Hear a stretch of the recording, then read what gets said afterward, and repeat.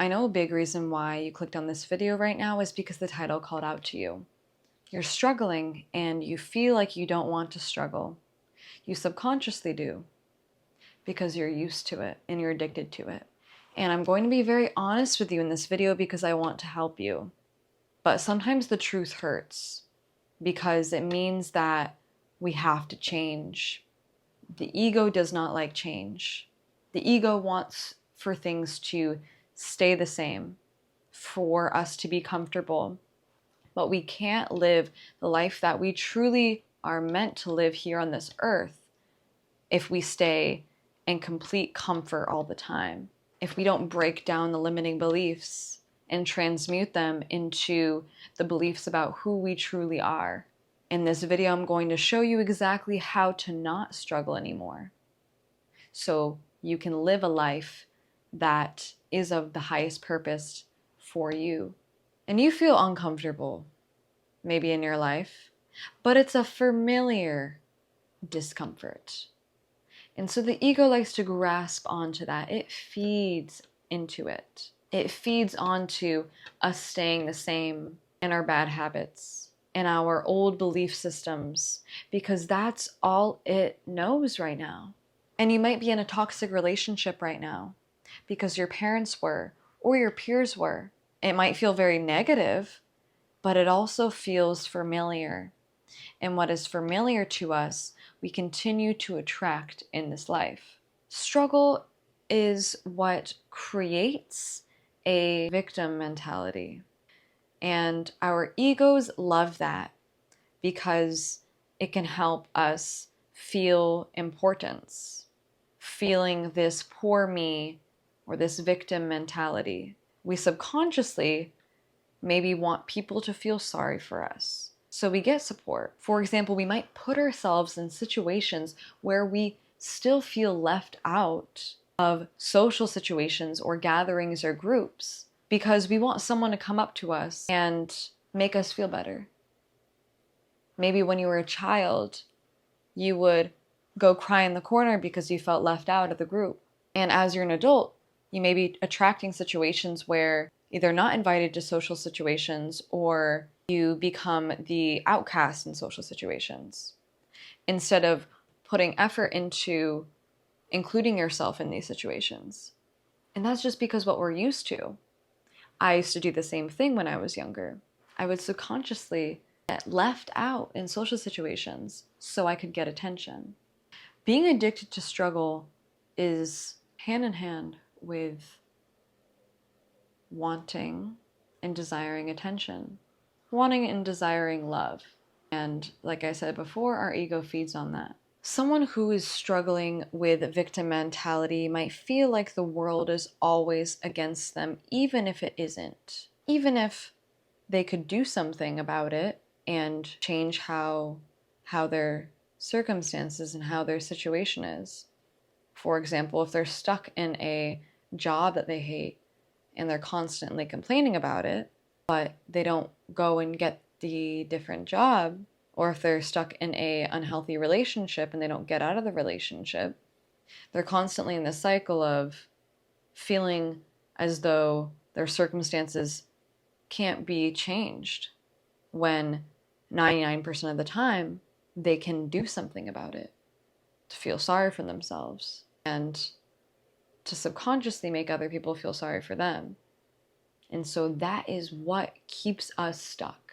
It's not pretty. It's the truth about how it all works. This mentality can perpetuate this cycle of struggle.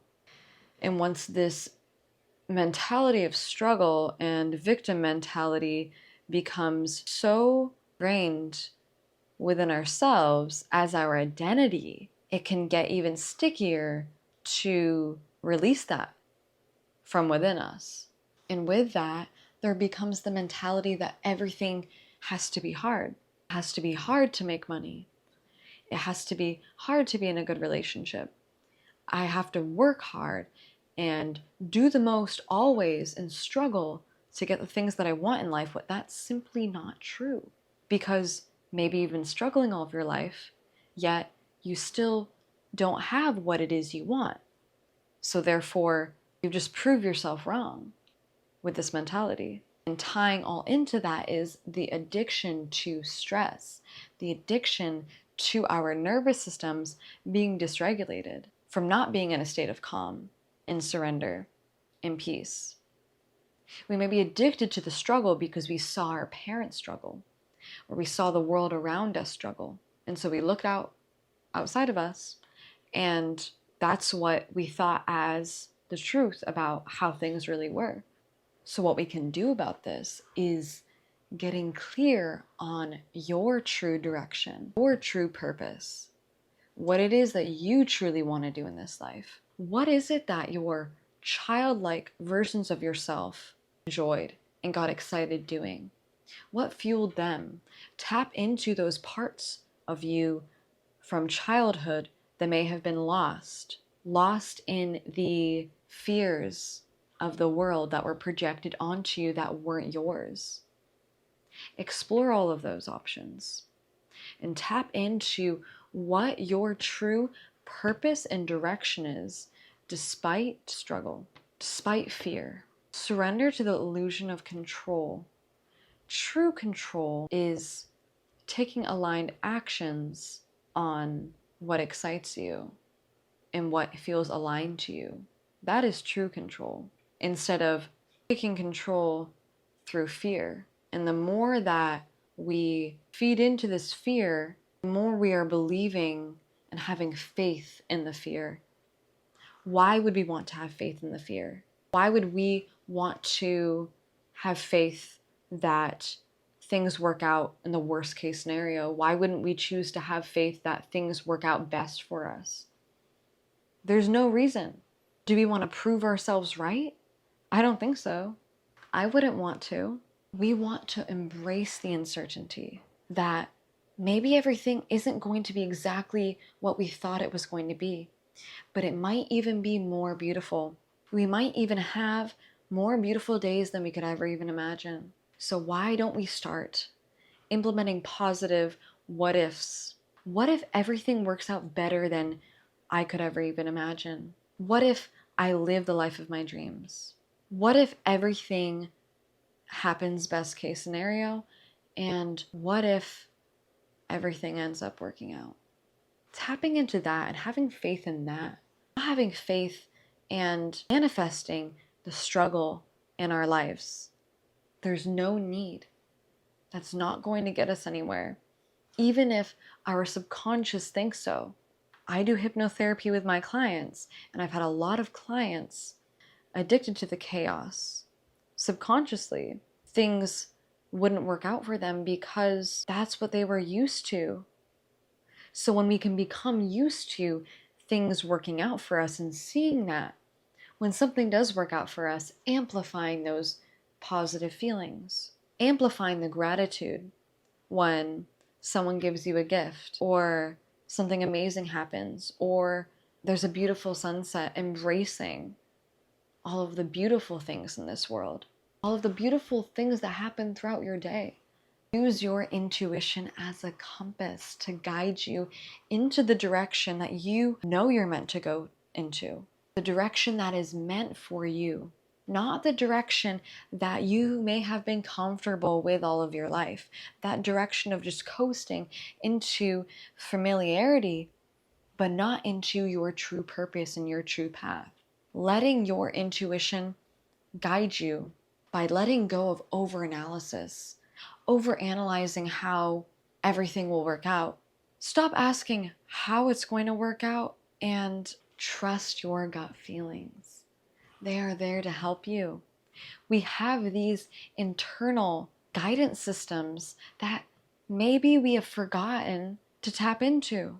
They're here, and they're just waiting for us to listen to them.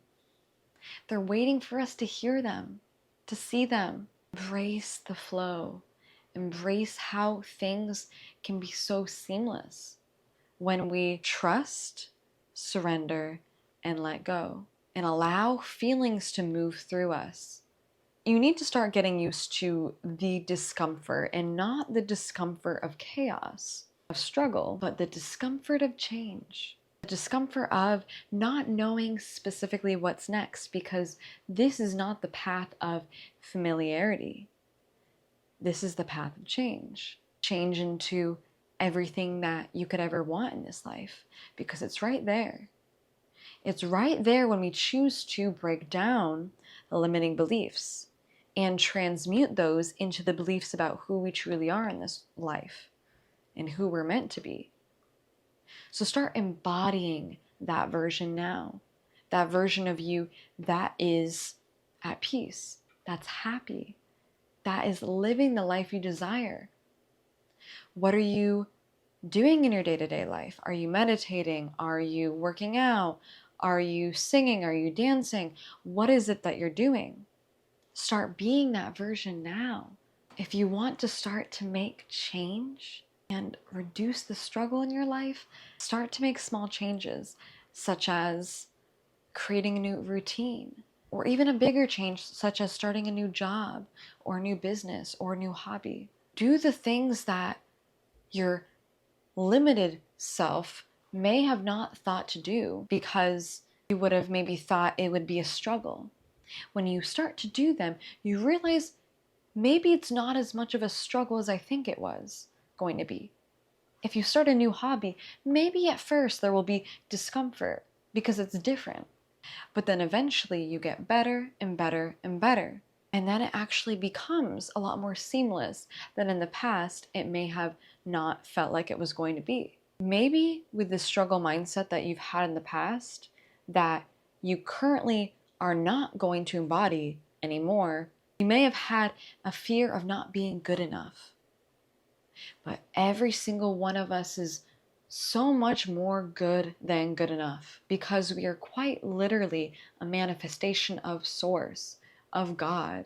Look at us, the eyes that we can use to see, the nose that we can breathe through, the experiences that we get to experience and live with, the memories, all of these amazing things. These are a gift. And we are so much more good than good enough because we get to experience all of this. So I want to leave you with the knowing that you don't have to struggle anymore, and you don't have to carry the weight of the world on your shoulders anymore.